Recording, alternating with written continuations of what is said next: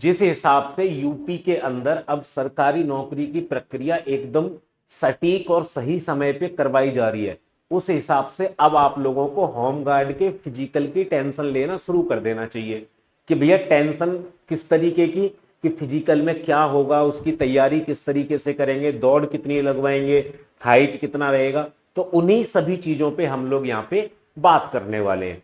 और सबसे पहली बात मैं आपको बोलना चाहूंगा कि आपके एग्जाम के लिए बेस्ट ऑफ लक, कि भैया आपका एग्जाम बहुत ही अच्छे तरीके से, बढ़िया तरीके से हो जाए।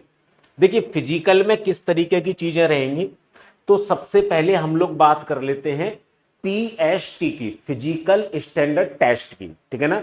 इसके अंदर क्या रहता है कि भैया आपकी हाइट वगैरह, चेस्ट वगैरह वो यहाँ पे मापी जाती हैं।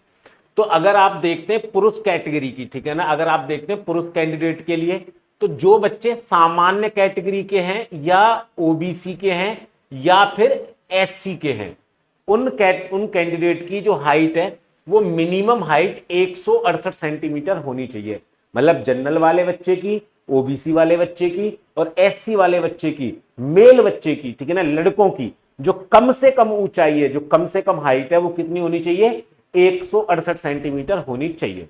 वहीं मैं बात करता हूं जो एसटी कैंडिडेट हैं, एसटी के मेल कैंडिडेट हैं, उनकी जो कम से कम लंबाई है वो कितनी होनी चाहिए, 160 सेंटीमीटर होनी चाहिए। ये आपकी होंगी, आप पीएचडी कंप्लीट कर रहे होंगे तभी आपने फॉर्म फिल कराया, इतने तो बेवकूफ आप भी नहीं हो, बट फिर भी एक बार आपको बता देता हूं, ठीक है। बाकी आपका जनरल वाला मेल कैंडिडेट, ओबीसी वाले और एससी वाले मेल कैंडिडेट का जो चेस्ट है वो 79 सेंटीमीटर का होना चाहिए, और जो एसटी वाले मेल कैंडिडेट हैं उनकी जो चेस्ट है वो 77 सेंटीमीटर होने चाहिए। और आप किसी भी कैटेगरी में क्यों ना हो, आप लोगों की चेस्ट का जो फुलाव है वो न्यूनतम 5 सेंटीमीटर होना ही होना चाहिए। ये हो गई मेल कैंडिडेट के पीएचडी की बात। फीमेल कैंडिडेट की मैं बात करता हूं, तो फीमेल कैंडिडेट में जो कैंडिडेट सामान्य से, ओबीसी से और एससी से बिलोंग करते हैं, उनकी जो हाइट है वो कम से कम 152 सेंटीमीटर होनी चाहिए। जो फीमेल कैंडिडेट एसटी से बिलोंग करते हैं उनकी मिनिमम हाइट 147 सेंटीमीटर होनी चाहिए। एक चीज ध्यान रखना, महिलाओं पे चेस्ट का क्राइटेरिया लागू नहीं होता है, बट वेट का क्राइटेरिया लागू होता है कि महिलाओं का जो न्यूनतम वेट है वो कितना होना चाहिए, 40 किलोग्राम का होना चाहिए। तो ऐसी महिला कैंडिडेट जिनका वजन 40 किलोग्राम अभी नहीं है, वो खाना पीना ज्यादा शुरू कर दो, केले वेले खाओ, ज्यादा से ज्यादा खाना खाओ, जिससे कि दौड़ लगाओगे तो वेट कम होता है, वो सारी चीजें खाओगे तो वेट आप लोगों का मेंटेन रहे। अब बात आती है दौड़ किस तरीके से लगानी है। तो देखिए दौड़ आप किसी भी कैटेगरी के क्यों ना हो, आपकी जो दौड़ है वो सेम तरीके की रहेगी।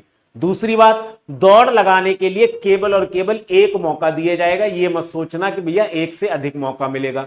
आप दौड़ में फेल हो गए, आपको पूरी प्रक्रिया से बाहर कर दिया जाएगा।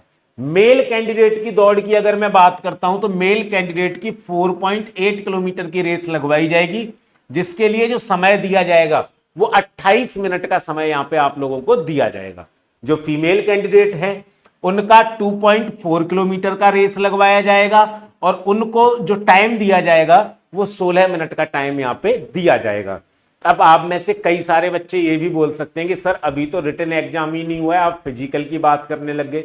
बेटे आप रिटन एग्जाम की टेंशन मत लो, क्योंकि आप लोग, मैं एक ही बात बोलना चाहूंगा, अब प्रैक्टिस पेपर पे रिवीजन पे लग गए होंगे आप लोग।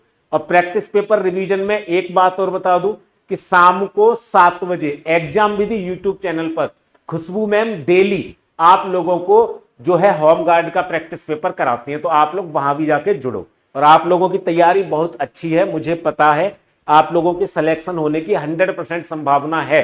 तो आप लोग इसकी भी तैयारी साथ के साथ करते चलना, क्योंकि ये भी आपकी ज्वाइनिंग का एक पार्ट है। आप रिटन एग्जाम पास कर लिए, फिजिकल पास नहीं किए तो आप बाहर हो जाओगे, है कि नहीं।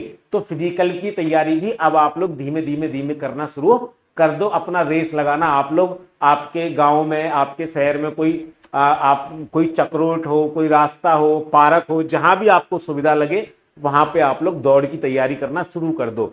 दौड़ इतना टफ नहीं है, बट मेरे भाई इतना भी सिंपल नहीं है कि आप लोग बिना प्रैक्टिस के इसको निकाल दो। ये चीज आप लोग ध्यान रखिएगा, ठीक है। बाकी एक बार मैं फिर से आप लोगों को बोलना चाहूंगा कि बेस्ट ऑफ लक आप लोगों के एग्जाम के लिए। फिजिकल से पहले तो मैं आप लोगों से एक दो बार और मिल लूंगा, बस इतना बोलूंगा। इस चैनल को सब्सक्राइब जरूर कर लेना, जिससे हम लोग जुड़े रहें, एक दूसरे से बातचीत कर पाए, एक दूसरे से कन्वर्सेशन कर पाए। आपकी समस्या हो आप मुझे बता पाए, आपकी समस्या का समाधान मैं आपको बता पाऊं, कोई इंपोर्टेंट सलाह अगर है तो वो मैं आप लोगों को दे पाऊं। इस वजह से चैनल को सब्सक्राइब कर लेना। बाकी कोई भी दिक्कत आ रही हो किसी भी एग्जाम से रिलेटेड या वैकेंसी से रिलेटेड, कमेंट कर देना किसी भी वीडियो पे, उसकी समस्या का समाधान का वीडियो मैं बना के आप लोगों को प्रोवाइड करवा दूंगा। मैं मिलूंगा कभी अगली वीडियो में, तब तक के लिए जय हिंद, जय भारत।